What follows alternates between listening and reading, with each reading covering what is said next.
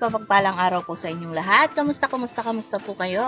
Sana po nasa mabuti kayong kalagayan saan man panig kayong mundo naroroon. Yun no? For today's video po ay mangingialam po tayo sa mga paninda ni Kuya. Dito po tayo ngayon sa kanyang sidecar. At ito po, papakita ko po sa inyo kung paano po siya nagluluto. Parang yung mga paninda ko lang din po dati yung tinitinda niya. Yan, street food. Tutulungan po natin siya mag-prito. Yan. Kasi may mga nire-ready pa po siya. Kaya ano po kung ako na lang mag-prito muna.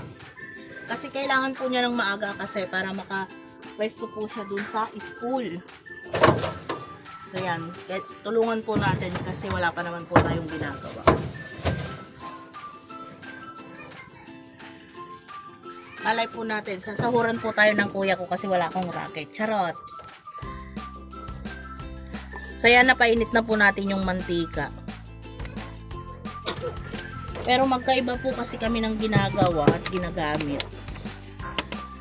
Parehas po kaming may ganito, pero siya po yung ginagawa niya at ginagamit ay yung malabnaw po yung pagkakatimpla niya.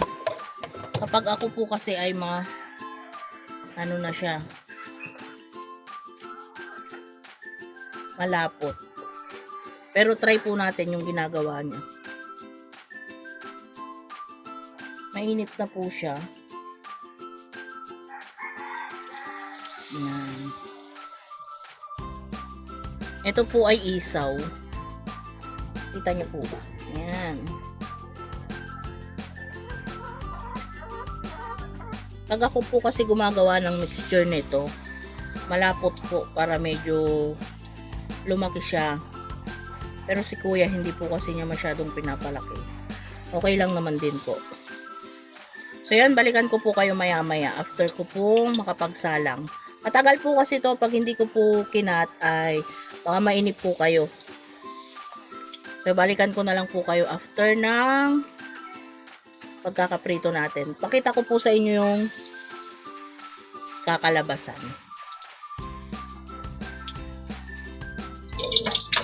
So yan po, nakailang salang na po tayo sa isaw. Tama na po muna yan. At magsalang naman po tayo ng hotdog. May hotdog din po. Ginaganyan din po ni Kuya yung hotdog na paninda niya. So papakita ko po sa inyo kung paano po yung process ng hotdog na ginagawa niya. Nakakamiss lang din po kasi syempre tagal din po nating nagtitinda ng mga ganito. Kaya nangialam po tayo na tumulong. Kasi nakakamiss din po. Malay po natin, banda-banda riyan pag dito na tayo mag-i-stay maging ganito rin po yung ating business dito ulit. Hindi naman po yun kasi pangarap pa lang naman po yun kasi wala pa naman po tayong dito. Kumbaga hindi pa po tapos yung usapan namin ng inyong Kuya Lito, pero syempre alam po namin yun sa inyo. Ang pag po niya ng hotdog ay piprito po muna niya bago niya po ibalot ng coat. Kasi po ang technique ng Kuya para po lumaki. Kumbaga, pag bumuka na po kasi yung pinaka niya, hotdog. Yun. Mamaya po papakita ko sa inyo para gets nyo po yung sinasabi ko. Pag bumuka na po kasi yung pinaka biyak-biyak niya at bago mo i-coat ay malaki na po siyang tignan. At nakakaaya na po sa customer. Yun.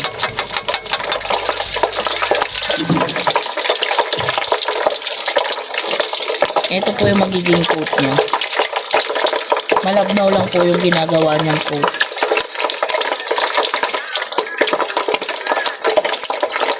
Yan. Yung po pagka biniyak-biyak po kasi yung kanyang yan, nagaganyan siya. Bago po siya i-coat, nagmumukha po siyang malaki. Kaya sa mga gusto pong rumakit din sa mga ganitong larangan ay maganda rin po yung may mga technique talaga kayo. para lumaki yung hotdog, ganun. Yan o. Tulad po ng isaw. Para medyo lumaki pong tignan, syempre mahal na rin po yung isaw, mahirap pa pong linisin. Medyo ano nyo po yung coat nyo. Medyo tawag nun, medyo ilapot para medyo lumaking tignan yung mga isaw. Yan. Tinatanggal na po natin kasi naluto na po yung hotdog. Kumbaga na ganyan na po siya. Naging biyak-biyak na siya. Then after nyo po yan, hinaan na po natin yung apoy. Iko-coat po natin siya. Yan, ito po. Iko-coat na po natin. Then salang din po ulit. Yan. Manipis lang po yung pagkaka-coat nito. Pero malaki na po siyang tignan kasi nabiyak-biyak na po yung pinaka-hotdog niya. Yan o. Yan. Gusto ko lang pong i-share sa inyo yung syempre technique ng mga simpleng nagtitinda ng mga ganito. Yan o. Syempre pag nagtitinda na tayo, pagdating ng araw ay may mga technique din po tayong ipapakita sa inyo at isi-share. Lalong-lalo na sa mga gusto ring sumubok sa mga ganitong larangan. Yan. Pag masipag ka naman po sa mga ganitong paninda ay hindi ka naman po mawawalan at hindi ka malulugi basta matyaga ka lang po. Bagay sa lahat naman po ng paninda ay talagang ganun. Kailangan pong magtyaga, magtiis at syempre samahan po ng dasal or panalangin. Yan.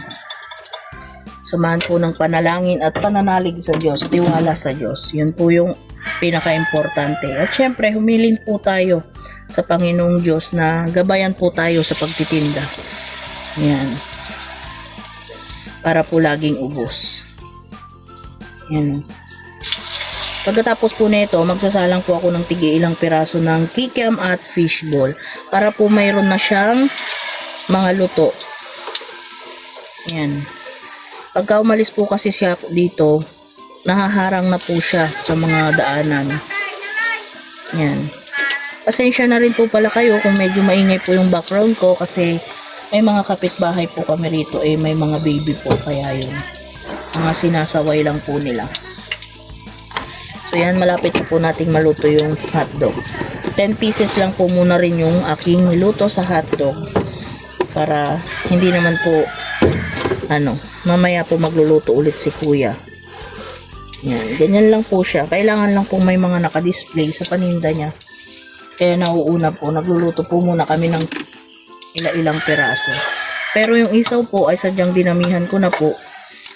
Kasi marami pong bumibili ng isaw. Mayroon pa po siyang kwek-kwek dapat. Pero naubusan po siya ng quail egg or yung itlog ng pugo. Wala po siyang nabili. Kaya wala po siyang itlog pugo ngayon or kwek-kwek. Yan. At kailangan po sa mga nagtitinda, tanggalin po agad yung mga ganito, yung mga durog na ganyan, kasi ito po yung unang nasusunog, makakasira po to sa mantika or magpapaitim sa mantika agad. Yan, okay na po yung ating hotdog. Tignan nyo po, lumaki po siyang tignan, diba? Kanina sobrang liliit. Bukod po kasi sa kanyang coating ay meron po siyang yung prinito natin, yung na may gilit-gilit. Kaya yun. Iprito rin po ako ng ilang pirasong kikiam para meron na po siyang display. Mga 5 lang po siguro. Kaya nakatuhog-tuhog na po pala siya. 10 pesos na po tuhog yan. At meron din po siyang fishball. Yan. Itong fishball po ay 5 pesos per tuhog. Yan. Mag-ano na rin po tayo ng ilang piraso. Para po hindi na hassle sa magtitinda pag ganito. Hindi po tulad nung nagtitinda ko, talagang po siya. Binibilang ko pa kapag may bibili. Ayan.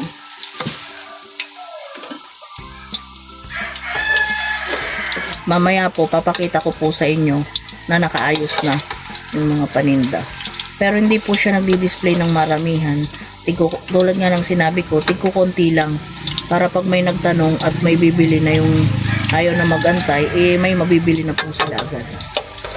So yan, maganda rin po itong ganitong business sa mga gustong mag-umpisa ng ganitong business. Hindi po ganun kalakihan ang magiging puhunan. Kung kunwari meron kang 2,000, makakapagpuhunan ka na po nito. Basta may mga gamit ka na po.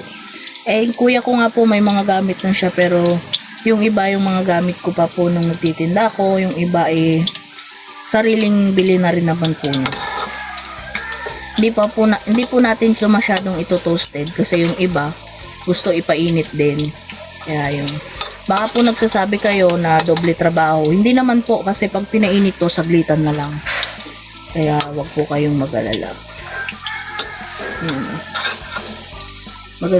Maganda na rin po kasi yung may ganitong prito na para sa mga nagmamadali ay hindi na hassle or hindi na makakabili po agad. Yan. Okay na po yung mga ganyan. At mamaya po ay isasama ko kayo kasi ewan ko kung na-ready na yung mga sauce. Isasama ko rin kayo sa pag-ready ng mga sauce. So yan, nakaluto na po ako. Ayusin na lang po natin yung display. So yan, baka nagtataka po kayo bakit may takip po kanina doon. Tinatakpan po kasi namin agad pagkatapos ng magprito. Para po yung mantika ay hindi po siya maanuhan ng langaw o ano pa man po. So ayan po, aayusin na po natin sila. Yan. Yung ano po ay medyo dinagdagan ko. O kayo mag-alala, baka sinasabi nyo po na arawan. Lilipat ko po siya mamaya ng pwesto yung motor. Dito lang po ako nagluto. Yan. Tsaka maaga pa naman po. Yung isa po yung medyo dinagdagan ko na po talaga siya. Ito na po yung fishball. Yan. Para may display lang po si kuya. Yan. Kasi pagkatapos po niyang maligo, didiretso po siya ng school. Yan po siya unang pumupwesto. Yan. Pagka nagdikit-dikit po na ganyan, okay lang kasi madali lang naman po siyang tanggalin. Ingat lang baka magtanggalan yung mga coating. Yan, okay na po siya. Itong kikiam, dito na po. Tabi sila ng hotdog. Yan. Nakakamiss lang po kasing magganire. Kaya ako'y nangialam. So yan, tapos na po tayo. Lilipat po natin yung motor. At ito po, wag po kayong mag-alala, may mga pinantatakip po si kuya. Yan.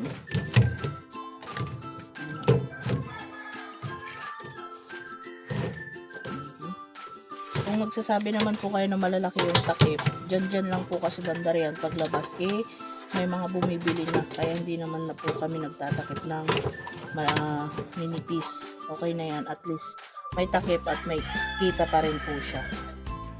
So yan, balikan ko po kayo mamaya. Papakita ko po yung kanyang sauce. Punta? Saan punta? Arkila to ah? Oo. Magano? Magano? Imbis na 70 ang perbiyahe, 170 na lang. Grabe naman, para namang ano? Discounted na yung PWD. Discounted pa yun? Para namang napakamahalo? Joke lang. So ayan po, may pupuntahan lang po kami saglit. At kaming dalawa lang ng inyong Kuya Lito. Ayan o, pasahero natin si Kuya Lito. At siya po muna yung magkakamera. Yun o. Anong ano, baka magano? Mabuan. Yun o. Ngiti mo na. Oh, naku muna po ang cameraman. Tingnan niyo po yung aming dadaanan. Hindi nakikita ang kagandahan ng asawa ko. Iyon, no? Tisngi pa lang. Ang ganda na.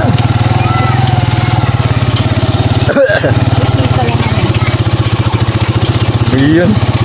Ano? Hindi ah.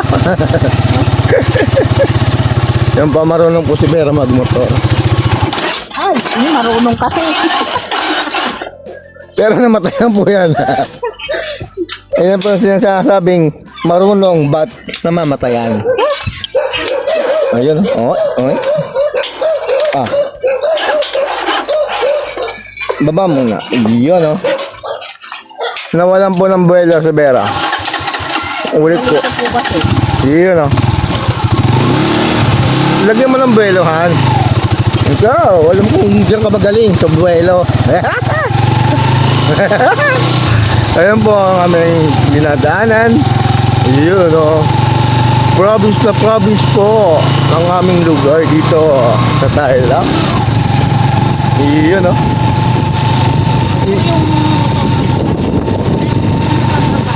Opo. Kami po siya ngayon, kaya nakakirap po lang. Opo. May pinapasulo lang po si nanay sa papel. Bibigay daw po niya sa kumari ata. Yung pinirmahan niya kahapon.